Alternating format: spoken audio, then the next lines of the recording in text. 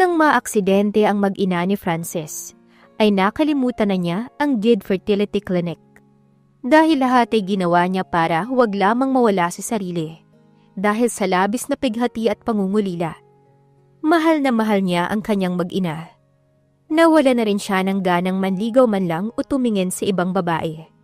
Parang isinama ni Annie ang kanyang puso sa kabilang buhay. Nakalipas na ang 4 na taon mula nang mawala ang asawa. Pero nanatiling byudo si Francis.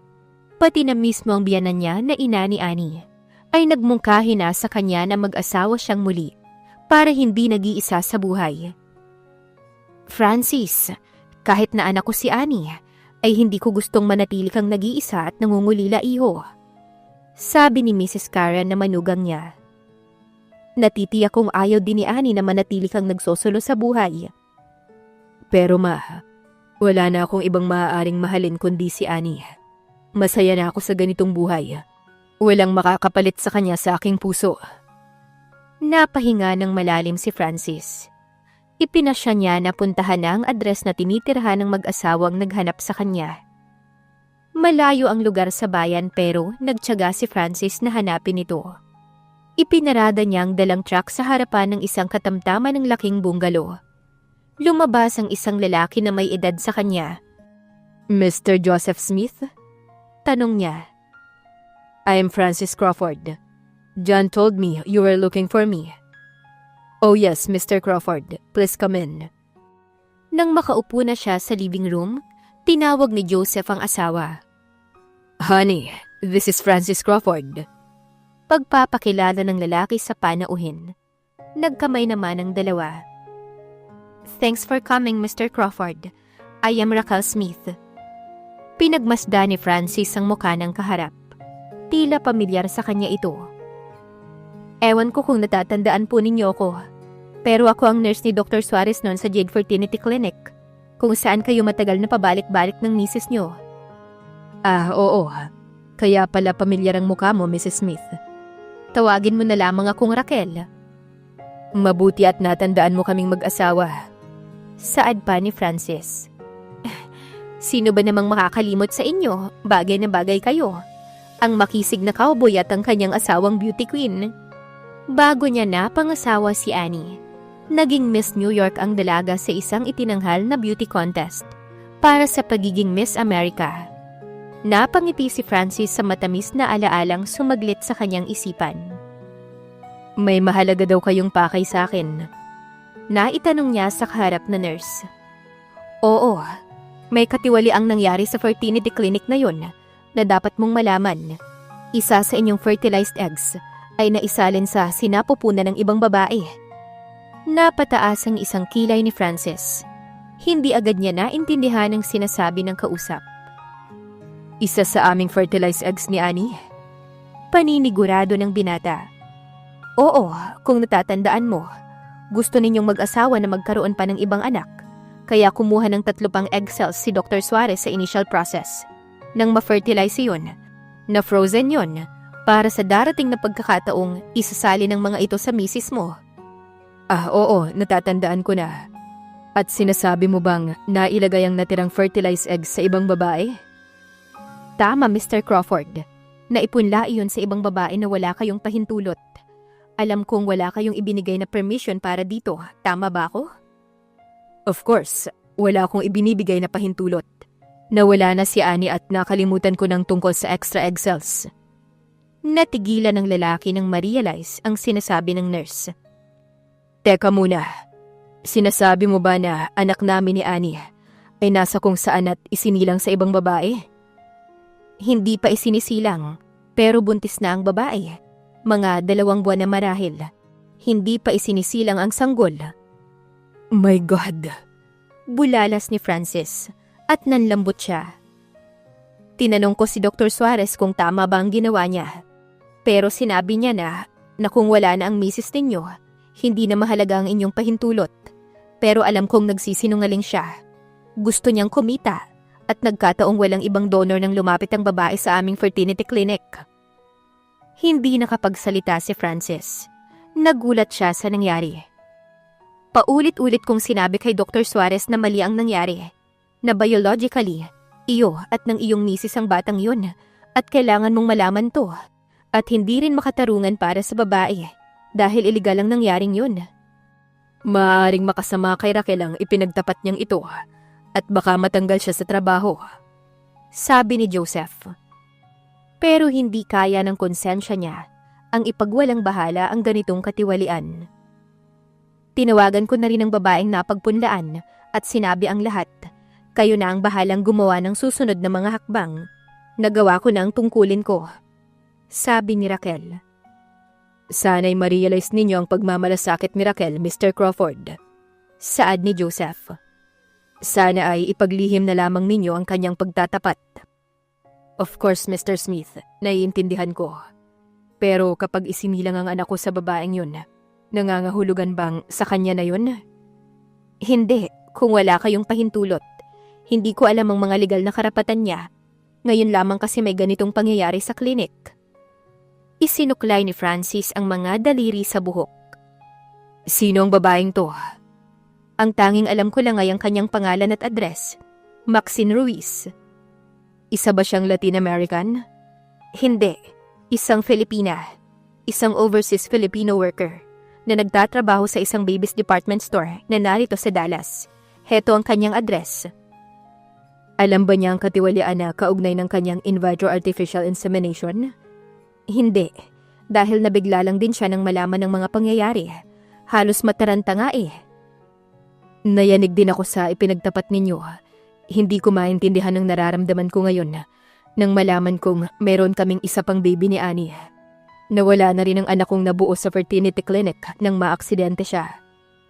Ikinalulungkot namin ang trahedyang pinagdaanan mo, Mr. Crawford. Pero kailangang sabihin namin sa iyo ang bagay na to. Tama ka. At nagpapasalamat ako sa inyong mag-asawa. Parang wala pa rin sa sarili si Francis kahit na nakarating na siya sa kanila. Nagugutom siya pero wala siyang ganang kumain. Taglay niya pa ang gulat na naramdaman pagkatapos malaman ang ipinagtapat ng mag-asawang Smith. Napatitig siya sa stove na pinaglutuan noon ni Annie ng maraming pagkain nila. Annie, anong dapat kong gawin ngayon tungkol sa problemang to? Naitanong niya sa kawalan. Parang may narinig siyang tinig na nagmula sa kawalan. Anak natin ang nasa sinapupunan ng babaeng yun, Francis. Tinig yun ni Annie. Napapikit siya. Totoo naman ang narinig niyang mensahe. Kanila ni Annie ang baby na yun. Nasa sinapupunan ng isang overseas Filipino worker na nagngangalang Maxine Ruiz. Napansin agad ni Gemma ang pananamlay ni Maxine nang umagang magtungo siya sa kanilang tindahan. Kahit napilit na pinasaya ni Maxine ang muka, alam ni Gemma na may bumabagabag sa kaibigan. May problema ba, Maxine? Baka makatulong ako. Sabi ni Gemma at inakbayan ang kausap. Halata kasi nito sa kanyang kilos at pagsasalita ang malaking problemang bumabalisa sa kanya. Meron nga, Gemma. Malaki at hindi ko alam ang gagawin ko. Sinabi niya ang tungkol sa natanggap niyang tawag mula sa nurse na si Raquel Smith na nagtatrabaho sa Jade Clinic. Hindi pala donated ang ibinentang fertilized eggs na ipinunla sa akin ni Dr. Suarez. Sabi niya, ito daw ay sa mag-asawang namatay sa aksidente ang anak at asawa. Kaya inisip ni Dr. Suarez na pwede na niyang pakialaman ng fertilized productive cells ng biyudo kahit walang pahintulot itong isinalin sa iba. Natigilan si Gemma. Maliwanag na hindi tama ang ginawa ni Dr. Suarez. Iyon naman pala eh. Baka pwedeng pag-usapan ninyo ito ng maayos ng biological father. Baka pumayag na siyang ibigay sa iyong fertilized eggs at iyon na ang sanggol mula dito. Umiling si Maxine. Paano kung ayaw niya? Paano kung gusto niyang bawiin ang baby? Hindi ako makakatanggi dahil illegal ang pagkaka-implant ito sa akin. Wala siyang pahintulot. May kaibigan akong abogada. Pwede nating ikonsulta ang bagay na to. Saad ni Gemma. Ayokong mawala sa akin ang baby kapag naisilang ko na, Gemma. Alam mo kung gaano ko kagusto na magkaroon ng anak. Natataranta na saad ni Maxine. Alam ko, Maxine, relax lang at may awa ang Diyos. Pero sa totoo lang, kinakabahan din si Gemma.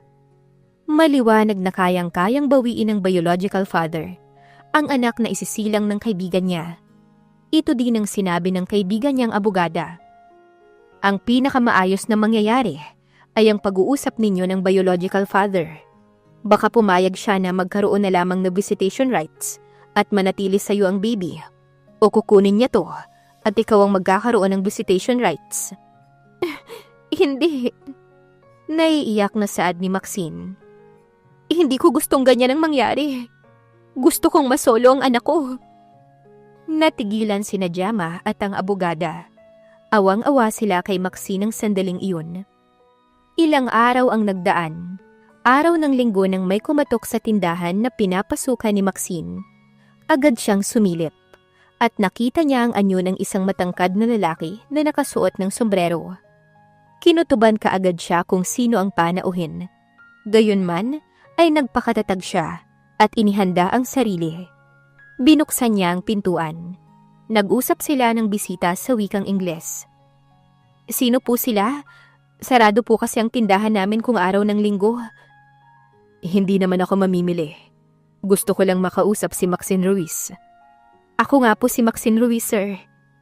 Ngumiti ang lalaki at lumantad ang mapuputi at pantay na mga ngipin nito. Inilahad ang kanyang kamay para makipagkamay sa dalaga. Ako si Francis Crawford, na taga rito rin sa Dallas. Meron kasi tayong mahalagang bagay na pag-uusapan. Tuloy po kayo, Mr. Crawford. Maupo kayo. Itinuro ni Maxine ang mga upuan sa receiving room ng tindahan na nagsisilbing living room niya. Malakas ang kaba ng kanyang puso. Nalilito din siya dahil hindi niya alam kung ano ang maaaring mangyari. Marahil ay tungkol ito sa itinawag sa akin ni Nurse Raquel Smith. Tama ba ako? Tama ka, miss, at mahalagang pag-usapan to.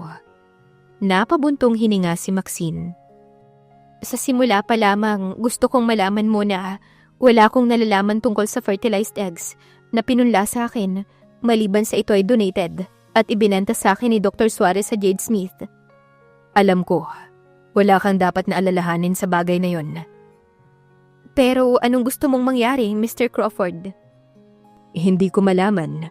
Dahil hindi mo naman pwedeng ibalik sa akin yan na nailagay na sa'yo, hindi ba? Namula si Maxine, hindi makatingin sa kausap. Sa mga asul na mga mata ng biyudong Amerikano, na marahil ay nasa early 30s lamang. Matangkad, makisig, at matipuno ang pangangatawan nito. Malakas ang apil, at attractive sa kababaihan. Hindi nga, sir, hanggang sa maisilang ko ang baby. Ang baby namin ni Annie. Natitiyak kung gusto niyang kunin ang aming anak kahit na wala na siya. Seryosong saad ni Francis. Ano nga palang nangyari sa misis ninyo? Namatay sila ng anak kong si Clarence sa isang aksidente. Ikinalulungkot ko ang nangyari, Francis. So marahil ay nauunawaan mo na ang batang yan ay mula sa aming productive sons ng asawa ko ay mahalaga sa akin dahil siya na lamang ang tanging alaala ni Annie sa akin.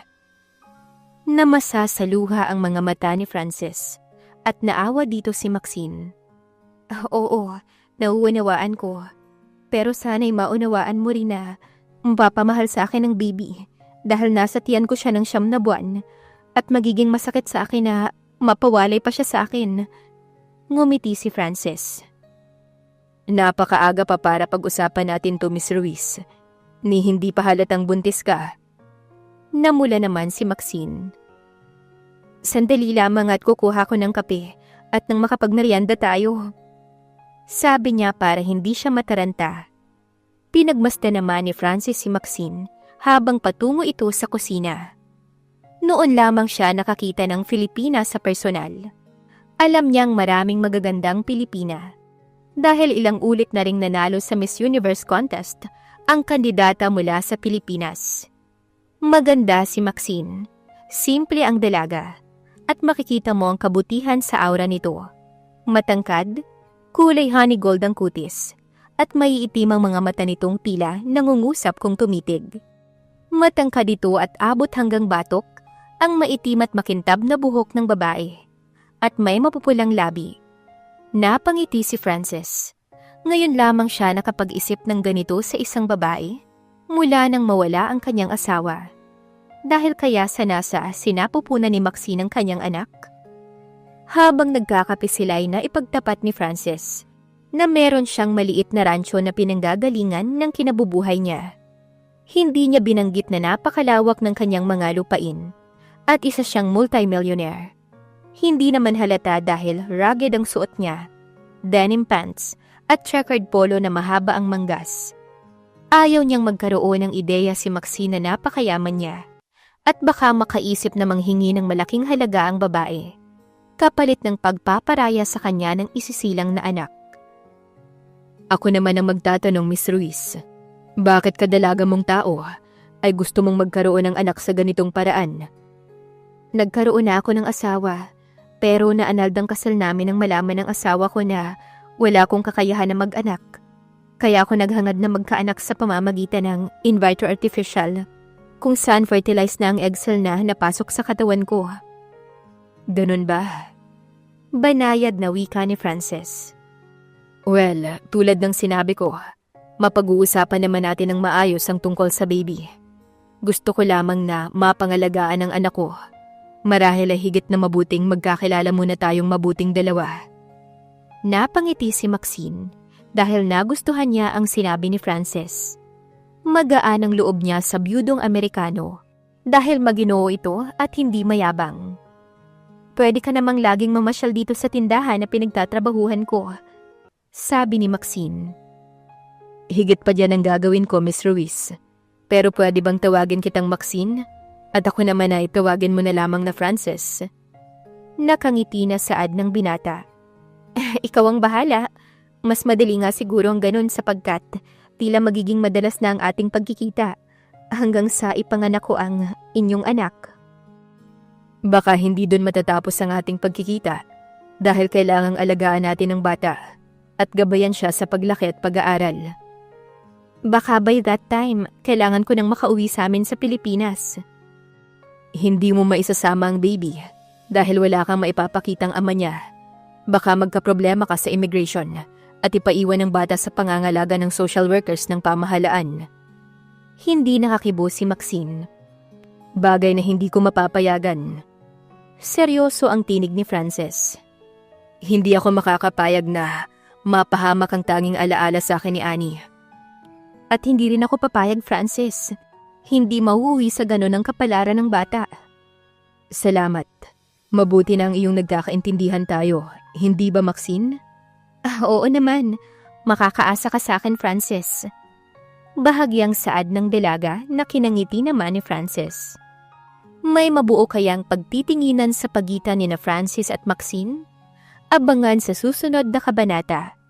Please like, share, subscribe for more updates. Maraming salamat po.